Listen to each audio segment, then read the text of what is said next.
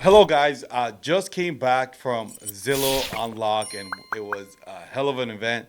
There was a lot of things that came from it, but one of the things that I kind of wanted to share with you guys is some of the consumer housing trends report that they were able to share with us. Things that you guys should kind of be looking out for, things that you as an agent should be, well, not necessarily concerned, but should be aware of. It's a data driven look at how buyers and sellers feel about researching, hiring, and working with agents. So this is going to be great for you guys to be able to understand how the consumer is thinking in today's market. And so I just want to bring this to you guys as a value add to you as an agent that's in our power real estate community. So get ready to power up and have a blast here with us. And let's get going. We're going to be going over, key takeaways, buyers' preferences, seller preferences, and a survey methodology that we kind of went over. So, just to kind of look forward, the real estate market is always evolving, but over the last year, the changes seem to be as significant as ever, right? And so, mortgage rates have fluctuated, home prices near all time highs, and industry policies were written. Against that backdrop, agents still have to do a million of things, with buyers and sellers and in the way that they move. So, to help you stay ahead of the industry changes and economic uncertainty, Zillow created our first consumer housing trends report for agents, which is what we're bringing you here today. And in 2024, we surveyed more than 5,000 buyers and 6,200 sellers to capture their attitudes, preferences, recent activity. How do they find agents? What services do they value the most? And how do they prefer to communicate? And what do they think about commissions? So I think that's all going to be great for you guys to be able to get an insider's look on exactly what it is that sellers and buyers are actually looking for. You'll find the answers to all of these questions and more in this report. And so we're going to go ahead and go into some key takeaways here. So nearly all buyers and sellers work with agents. So even though DIY path exists, 93% of sellers and 85% of buyers use an agent at some point in their buyer journey. The dream of homeownership is still alive, number one. Number two, clients are still looking for agents to be able to help them down this path of home ownership. So, AI or the tech world hasn't replaced us just yet. So, I just want to tell you guys people are looking for a professional agent. So, second takeaway, many buyers and sellers hire the first agent they contact. 40% of buyers and 59% of sellers ultimately hire the first agent they contacted, a sign that many consumers choose an agent they had worked with previously. 40% of buyers work with an agent that they meet on the first time, and 59% of sellers sell with an agent that they met the first time. And so, as a user of Zillow for 11 years, one of the things I've noticed is just the path of least resistance, right? Like making sure that we make it super easy for us to be able to meet with the client, talk to them, and just get in front of them as quickly as possible, not really treating anybody just like a check or like a commission, right? Like you want to see past that. You actually want to create the relationship. You want to earn the review, right? Like you want to make sure and ensure that you're doing the utmost work for your clients and that you're treating them as priority and not just another number. And the stats are with you when you do that, right? So I know a lot of times, with agents who have been in the industry a long time, they would always tell me, Jose, don't waste your time. It's just a waste of time to meet with people. But I actually see it as an investment of time, right? Meeting with a potential client. I don't think it has ever been a thing in real estate to basically not want to meet with somebody who raises their hand or a hand raiser and says, hey, I want to buy a house or I want to sell a house. It has never really kind of been a thing. And I don't know when it became a thing for a lot of people to overqualify people who were interested in the process. Most clients don't understand the entire buying process, or most sellers don't understand the entire buying process. And it is up to us to, create that journey and that roadmap for that. The third takeaway is digital tools benefit both agents and clients. 78% of sellers say they're more likely to hire an agent who offers higher res photography, and 71% say that they're more likely to hire someone providing virtual tours or interactive floor plans. for good reason. Buyers' interest in digital tools like 3D and virtual tours has increased since 2019. So, what a coincidence, right? During COVID, the virtual tours and 3D tours and basically FaceTime tours, as I like to call them, have increased since COVID happened, right? It was a necessity at that time, but it really kind of sped up the world into what we live in today. And I really feel like moving forward in the future, it's only going to be more and more drastic of a change.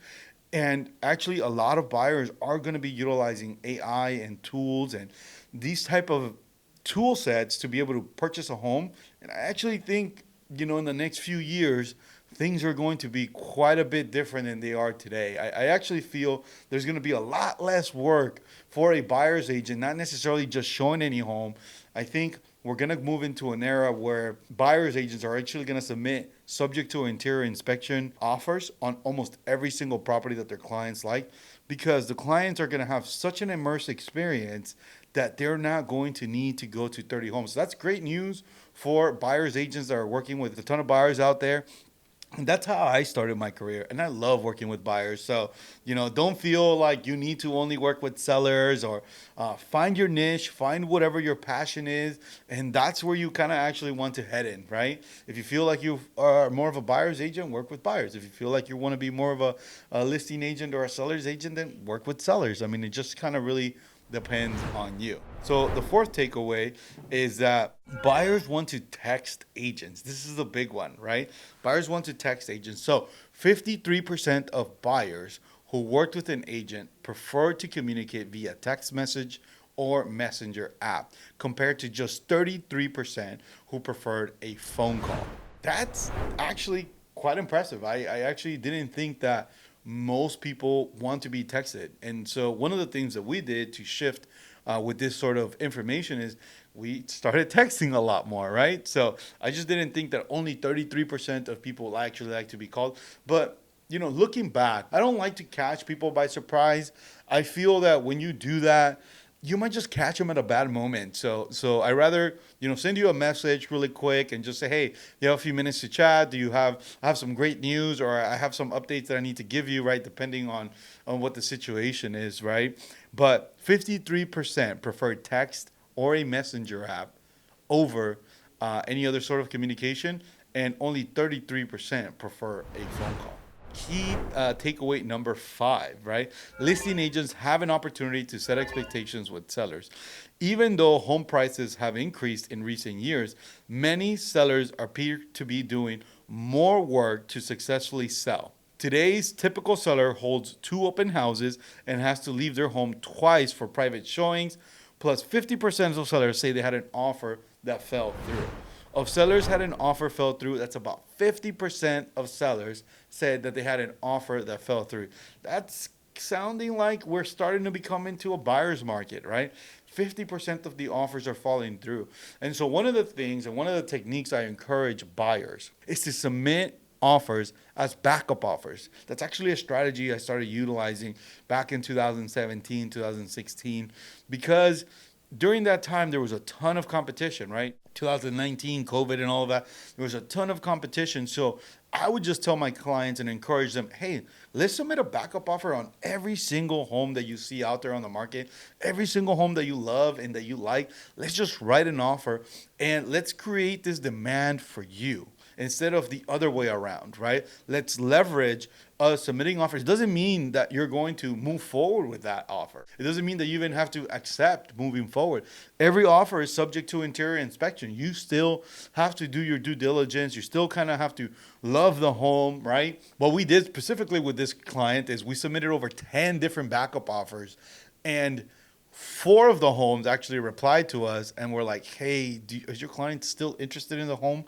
And at that point, not only were we able to get the home they loved, we were actually able to get better terms than our initial offer that we submitted. So there was no more competition, right? We were only working with the offers that actually submitted a backup offer, and most agents don't like to do that. If you're a buyer out there, make sure that your agent is talking about a backup offer strategy. It's super important, especially when it's a tight market. Most clients find agents' commissions fair, right? Key takeaway number 6. And I know that this is a big topic, right? Because NAR, right? Commission changes have happened.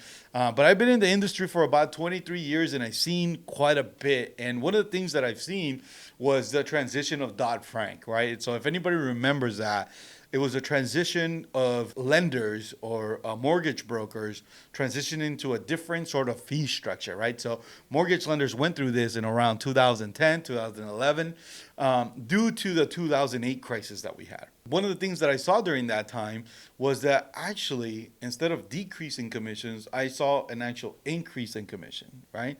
I feel like transparency is key. I'm not necessarily, and I don't think it's negative to be able to explain to somebody how much you're worth and what you're willing to charge for your services and what you do. The only thing I can tell you as an agent, make sure that you over deliver on the value, right? You want to make sure that you actually like own what you said you're gonna do, like that you actually are worth what you're charging people, right? Like people are paying you thousands of dollars, and you got to be able to make sure that not only you're prepared, that you're a professional, and that you're just a great negotiator, right? And you got to be able to demonstrate that, not just say that. And then, so despite speculation and uncertainty around how the NAR settlement would affect agent commission, 73% of sellers and 70% of buyers found their agent's commission fair. 7% of sellers and 9% of buyers even said commissions were too low. Wow. So I love those 7% and 9%. I love you guys. You guys keep saying commissions are too low, that we need to increase our commissions. And I think as a professional and somebody that always strives to deliver value to sellers and sell their property for the most money, I think that sometimes we can get into situations where I think you can't get the best service and have a discounted commission because it costs money to be able to do professional photography, to be able to do a 3D tour on a home, to be able to do a great social media campaign, to do paid ads, to do YouTube ads. And as a marketing agency, I could tell you that back in the day, we used to go to the OC register, right? And like people used to be on magazines, right? And people were on the penny savers and just in different ads that were a thing back in the day. Radio, people did all kinds of things, right? Today, we do things in the same way, but through social media or through, even digital TV, right? It's something that we do here as an office to be able to help our agents or our clients actually expose their property to the masses and be able to get the most amount of just the highest price possible for their home. I mean, people want us to take care of their property, right? They want us to make sure that we don't leave any money on the table. They're trusting us with us having a strategy and a process. And we really pride ourselves in our process and in our strategy because we ensure that we don't leave any stone unturned. The next thing about this consumer report that they're talking about is notable year-over-year changes. During a year full of uncertainty in the real estate market, consumers reported some big changes impacting everything from how they find agents to how they approach offers. Here are some important differences to keep an eye on. Typical increase in a seller Zillow home value index, $21,000. So over last year to this year, Zillow has said that people's value has actually increased over $21,000. So sometimes when I'm making my prospecting calls and I'm talking to clients, I'm letting them know, I know that we spoke about a year ago, maybe a year and a half ago, but did you know that your property's value has increased since we last spoke? I would love to be able to share with you some insights of some of the new homes that have sold around your area. Even if you would like, go visit some of the properties that are currently active around your community. That way we could just get a better feel for what's kind of selling around your area and see if we can actually get you a price that, might make a little bit of sense for you and get you to Aruba or Cancun or wherever you're trying to go, right? Typical buyer's age, 2 years. So most buyers have been in the market for at least 2 years, right? Share of sellers who had to sell their home quickly, so that rose by 2% as well. And share of sellers who discovered their agent from a referral, that rose by 3%. So keep striving to give your sellers just the utmost, again, value. Try to give them the best service possible. Referrals are still happening, and it's one of the best ways. Actually, in our office, most of the transactions, which, believe it or not, are actually from referrals or SOI business, business that the agents are able to generate on their own. We do provide a lot, we do a lot, but again, we teach our agents to see past that commission check, right? And look for that referral and that review and that next client. Like, really try to give your clients the best service possible. That's really going to put you in a situation where the online transaction is just a catalyst, right? To get the engine going and get you to the higher commission check, which is typically the second check. And so I like to encourage my agents to just see past the commission, or the agents here on our team to see past the commission and actually work towards that referral or that review. And that's where they're going to gain the most value when working with these leads. And then 4% of buyers are more likely to view a home if the listing included a floor plan they like. So that rose by 4 points as well. We're starting to see 6% less first-time home buyers in the market, and we're starting to see 8% less sellers who temporarily took their home off the market. So 8% of sellers are taking their properties off the market. 11% of sellers who received an offer that waived the home inspection. So that is becoming less and less of a trend. And that usually is a typical sign that's telling you that we're going more into a buyer's market. When you are just basically accepting offers as is, no repairs or anything like that, that's usually a sign that we're in a seller's market. But once you start seeing that we're not removing any home inspection contingencies or anything like that, usually that's going to tell you that we're starting to enter more of a buyer's market. And as an investor, I always kind of hear people, you want to sell in the summer and then buy in the winter. There's some advantages in each one, right? But you want to make sure that you have an agent who has a strategy. The number one thing that you need to make sure as a consumer is when you interview multiple agents, ask them, what strategy are you going to be utilizing, or what strategies are you utilizing in today's market to be able to help me? I think that's a very, very important question that always goes unasked and most of the time goes unanswered. So make sure that you guys do ask your agents, how many reviews, how many sales? If it's not in the individual, do they have a team? Do they have a process? Do they have somebody that's going to be able to help? And we have 16% less sellers who actually sold the property and bought another home. And then so that tells me that investors are actually exiting the market in today's time, right? Now, we're going to be chatting about some regional insights, right? So every buyer and seller has a unique story, right? But during the courses of our research, some interesting regional trends emerge. So here are a few details to keep in mind depending on where you work. So whether you're in the West Coast, Northeast, Midwest, or the South, here are some really cool things that you guys need to take a look at, right? Sellers are most likely to hire in the West an agent who offers high resolution photography. So are you investing in your photography? Is your photographer in-house? Do you have a video team and a professional agent? Is your agent utilizing Listing Showcase, right? Do you even know what Listing Showcase is, right? As an agent, if your brokerage is not providing you that as a advantage, right? Less than 10% of agents that are out there on the market actually utilize Listing Showcase as a tool set, right? And I think that is a little bit low, right? I think a lot of people need to be taking advantage of some of these tools that are out there and some of the things that are helping sellers position their property for top dollar. And this is what I mean when agents skimp on their money or investing into their sellers. I could see the reasoning why people don't want to pay them a higher commission. But when you have an agent who goes above and beyond, puts the money where his mouth is, and actually does his job and creates an amazing marketing campaign, I don't see why a seller can't pay them 3.5% commission or even possibly higher. These are things that we need to be kind of looking out for. And then in the West, buyers are least likely out of the entire country to prefer having phone calls with their agents. So people in the West Coast, They like people to slide in their DMs, people to send them text messages. So make sure that you guys take advantage of that, right? Make sure that you understand how the consumer speaks and how they love to communicate.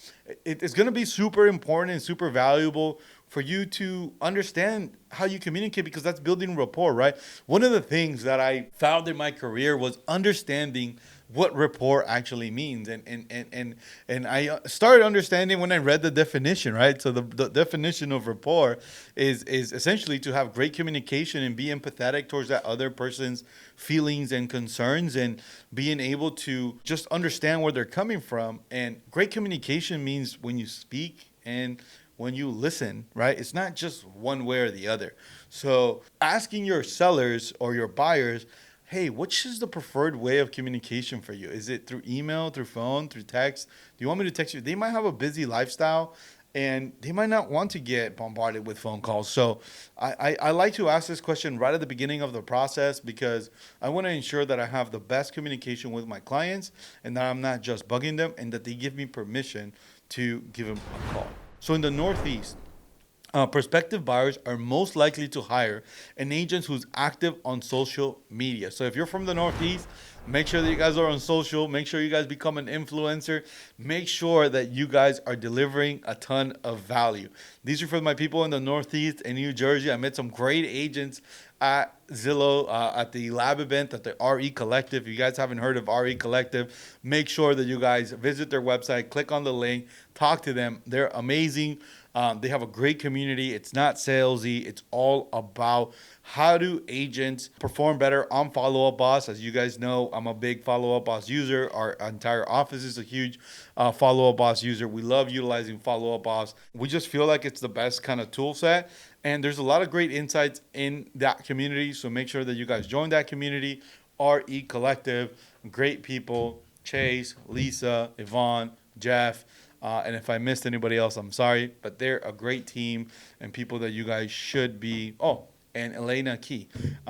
There's some great people, and I think you guys should be, chatting with them and hearing everything that they have to say. It's just amazing that they're pouring back into the community with such love and support for everyone. So make sure that you guys check them out. And then, so in the Northeast, sellers are least likely to discover their agent on a real estate website or app. Shout out to the people in the Northeast. So I'm assuming it's through phone calls or through, referral business, right? It's still kind of done the old school way.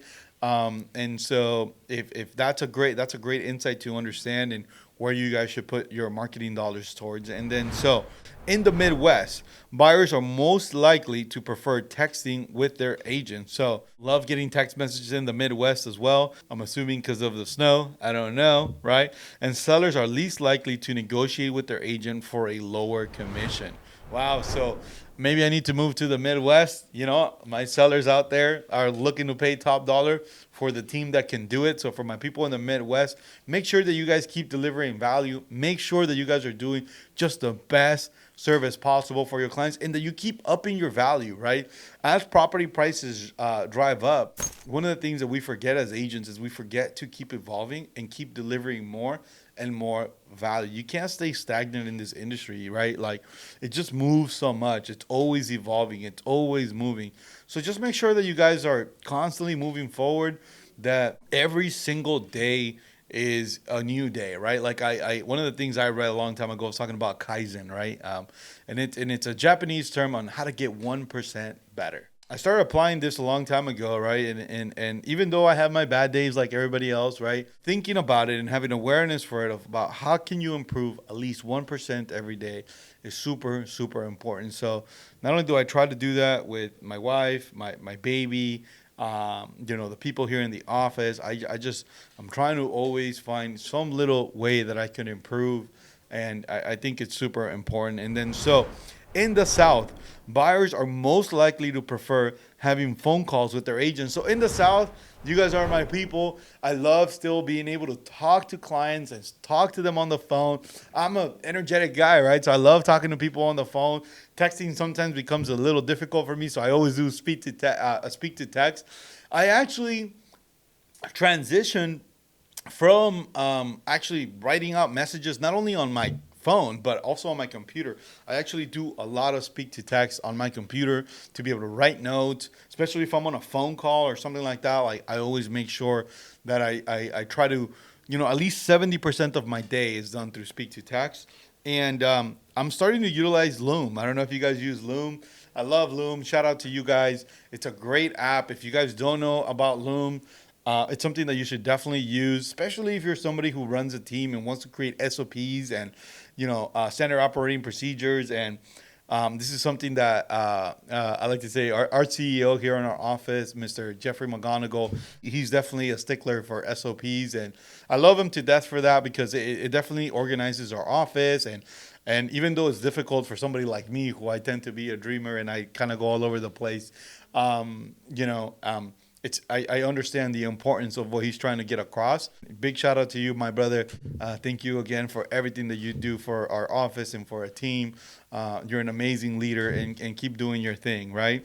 And then so sellers are most likely in the South to say a trustworthy first impression from their agent is highly important. So I feel like whether you're in the north, in the south, in the west, in the east, in the center, wherever you are, being a trustworthy person is super important, right? I feel like that leading with clarity, right? Leading with just a sense of responsibility for the person that's in front of you and being, again, empathetic towards their situation and just, having that fiduciary duty, right? As an agent, making sure that you are doing the best for them at all times. And so one of the things that my grandma used to tell me is always do the right thing even when nobody's looking, because that's the definition of your character, right? And I think as agents during the 2000s, and I may not want to point any fingers, but I think we kind of got away from that a little bit. And we allowed for some agents to come into the industry that didn't treat our business as professionals. And so I'm excited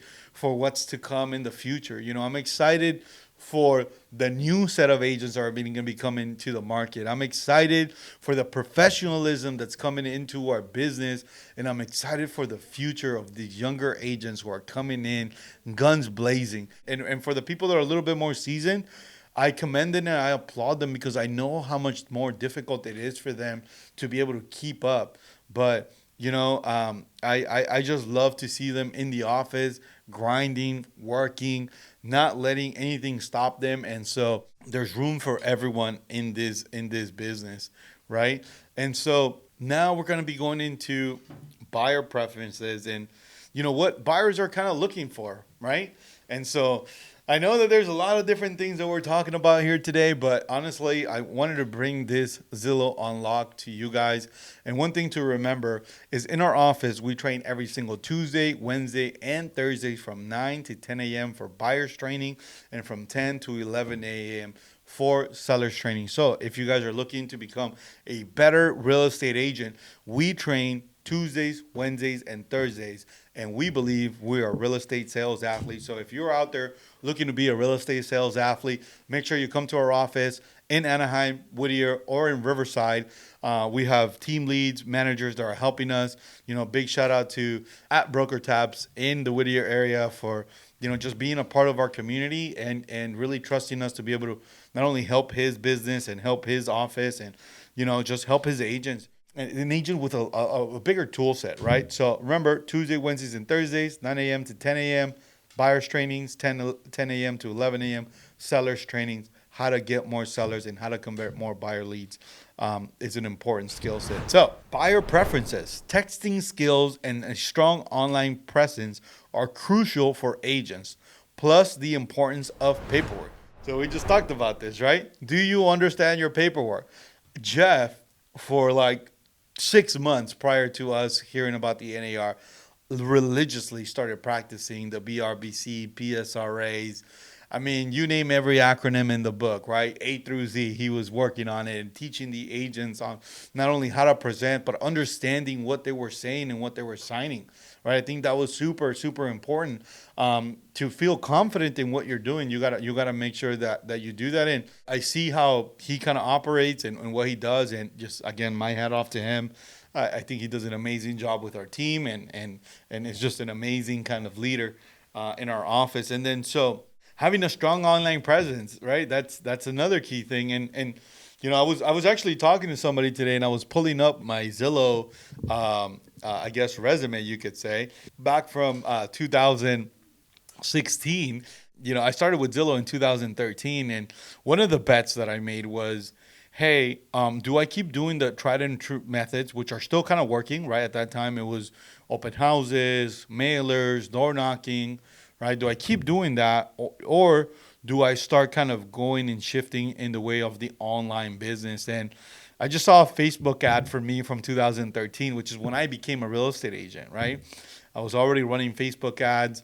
I also was already working with Zillow and online lead generation, and I knew that that was going to be the future.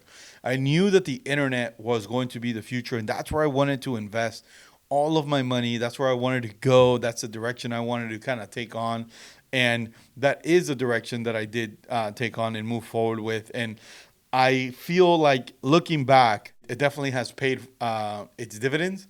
I still feel like we're very early. Our team has only been around for 3.5 years, over 2,000 transactions, over 700 something agents recruited into our brokerage.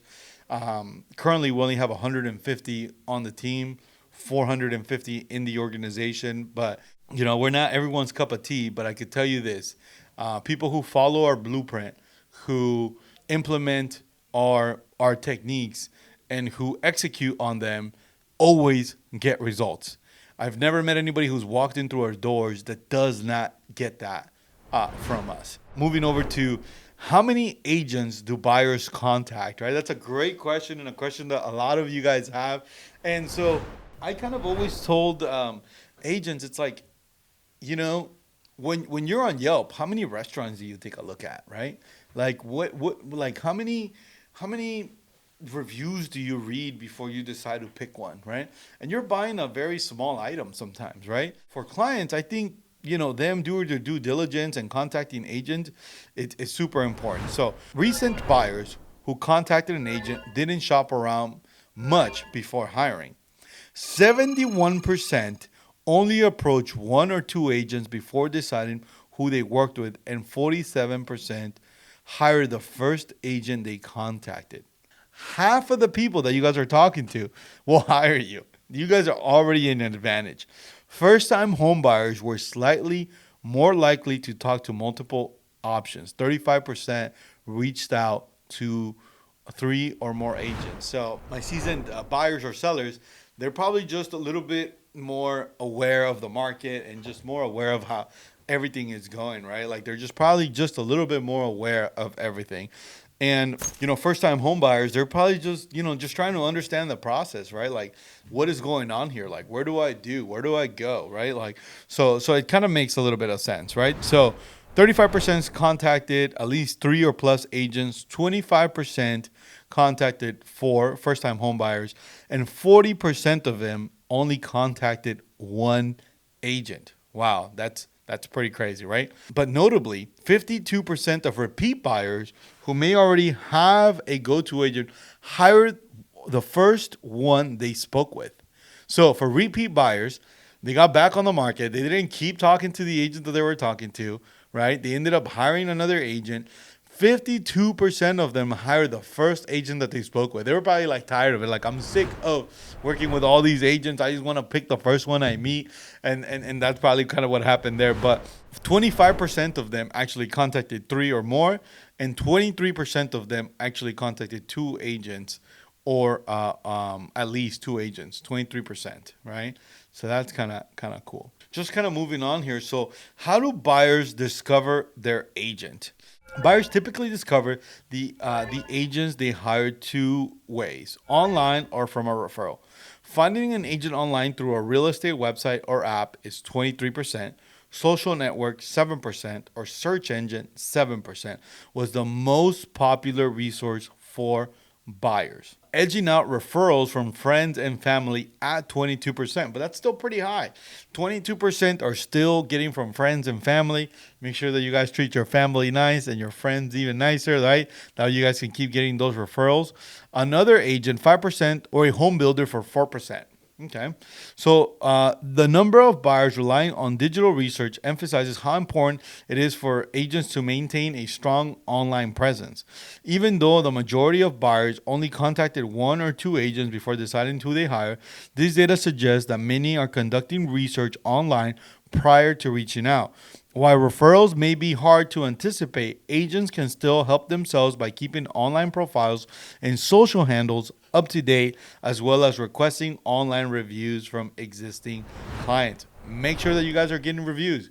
It is super, super important that you guys get reviews. This is the way to tell the other side of the story, right? Like, I had about 160 something reviews before I joined the team. I had more reviews than the team had as a team with 20 people by myself when I joined this team. And it's something that I really kind of pride myself in, because I remember the first time I ever got hired as a buyer's agent from a Zillow client.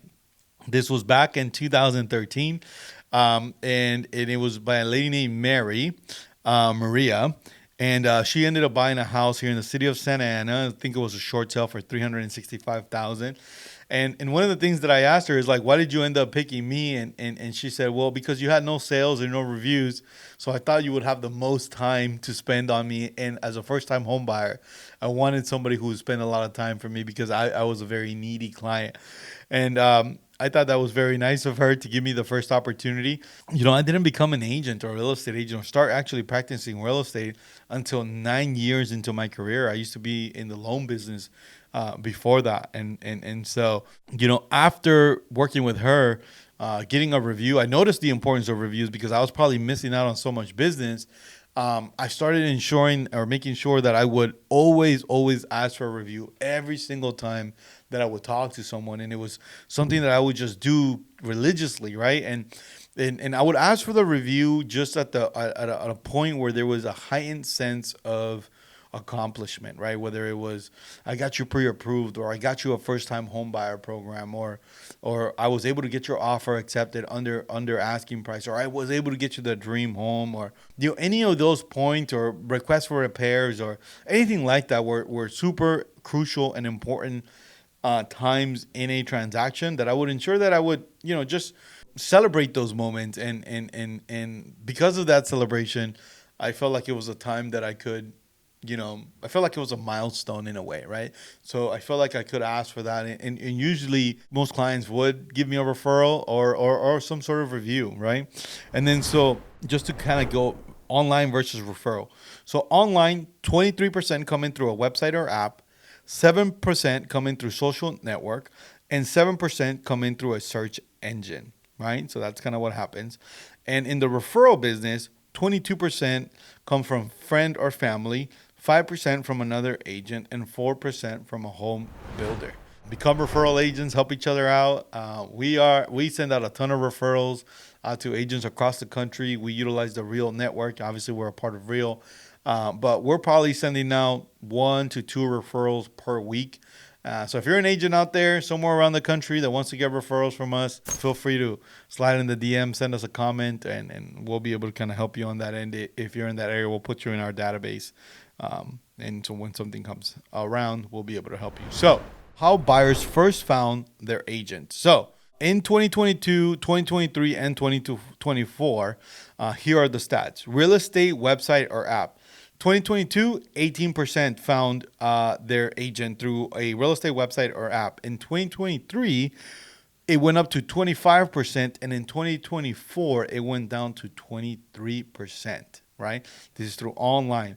Social network and websites or apps. So in 2022, it was 5%. 2023 jumped to 8%, and in 2024, it's 7%. And through the search engine, the big search engine, Google, online, 5%, 2023, 7%, and 2024, 7%. That's going on the up and up. It's one of the reasons why we started kind of looking into it as well, creating our, website, landing pages, utilizing different tool sets from, online social media, YouTube, just you name it. We're looking to help our agents get in front of clients and transact more, and helping them with the appointment setting process, right? Referrals. In 2022, Referrals from a friend, relative, or neighbor or a colleague was at 21%. 2023 was at 18%. And in 2022, it was at 22%. Now, referrals from another agent, it was 7% in 2022, 6% in 2023, and 5% in 2024. So that trend is going down. So agent referrals and creating agent referral networks is actually going down. We're actually increasing. See the opportunity in the trends, right? It's a big lesson to be learned. And so we like to refer a lot of business out to our fellow agents. As I mentioned before, I feel like as a community, we can do much better. And so one of the things that we look at whenever we actually want to work with another agent is that we look at how many Zillow reviews they have and how many sales they've done in the last 12 months. It's super important if I'm going to be referring somebody over to you that I can see your social profile and I could see kind of what you've done and how you take care of your clients. And referrals from a home builder, 3%, 5%, and 4%. So that's been increasing. So shout out to my home builders for sending us more clients and kind of going from that. So community, let's talk about community. Know them from my community. 12%, 6%, and 8%. So a little bit of a downward trend just from the community, and maybe we need to do more pumpkin patches, or, sitting on Santa or whatever, those things are. It's probably something that we should probably be doing. Past experience with his agent or broker. So that stayed the same, around 8% from 2022 to 2024. Saw contact information on for sale sign, 4%, 5%, and 6%. Wow. So that trend is actually going up. Make sure that you guys are still using for sale signs. Put your phone number in there. Put a QR code. Figure out a way for somebody to be able to contact you pretty simply or easily, right? It's super important that people can get in touch with you. Sometimes we see agents who, it's just very difficult to be able to kind of get in touch with them because I don't know, their contact information is not up to date. So that's a big no-no. Attend an open house and met an agent or a broker. So that's 5%, 4%, and 5%. So that stayed pretty steadily. Open houses are still a way that people do it. But this is telling us that online leads and referral agents are going to be the best way to be able to kind of get in touch with people. That is just the trends that are going up. And those are the things that are going to be able to get you to be able to sell more houses. Direct mail, 3%, 3%, and 2%. Again, when nobody's doing it, it's a great time to start working on that end. And 9%, 7%, and 4% is other. Why don't some buyers use an agent? The overwhelming majority of buyers, 85% we surveyed, used an agent. So almost every single buyer's agent uses an agent. Among the small shares buyers who completed a transaction without an agent, 42% they already knew the seller personally, and 36% did not want to pay a commission. Another common reason is 11% had a negative experience with an agent in the past. Come on, agents. No, we got to do a better job. We got to make sure that we're delivering and that we're doing the best that we could do for our clients, right? They deserve it. They deserve to not only get a professional agent, somebody that cares for them, but somebody that's going to make this fun. I love working with first-time home buyers and seeing their face when I'm able to get them a first-time home buyer program and get them their closing costs paid for. That's something that I used to really kind of pride myself in. And as an agent, I wear those difficult transactions as a badge of honor on my sleeve, right? The easy ones, they're great too. I love working with everyone. But, whenever you see a family that just got shut down by a ton of people and you're able to help them and make their dream happen, it's just really kind of satisfying, and it's a little bit of an adrenaline rush for me. And then so among buyers who completed a transaction with an agent, 42% already knew the seller personally. So that was a FISBO. Right? They already knew the seller. They kind of worked with them together. So that's the most common thing. 36% did not want to pay a commission. For the 36% out there, just know that we could, if you have hire a great agent, they can negotiate that for you. We might be able to negotiate that from the seller. Obviously, it's not mandatory with the new law for them to pay for it. I don't think it ever has been, but now we have a separation of commission, right? And so therefore, as an agent, don't you pride yourself in negotiating? So this is the time to shine. This is the time to make it happen for your client. And this is something that you can do. And 11% had a negative experience. So I'm pretty sad about that. that our clients had a negative experience. So again, we're gonna keep going down this path. We're gonna keep talking about this consumer report. Thank you guys so much for listening in. Power Real Estate Group podcast. We're gonna be bringing a lot of stuff to you guys, a lot of stuff in the industry. I feel like there's a lot of noise out there, and there's just not enough really good information for you, at least in our area, for you to dissect. And eventually, we'll be bringing in some industry leaders to be able to, just help us paint a picture in what today's market is going to be. So get ready to power up, and see you guys on our next episode. Thank you guys so much.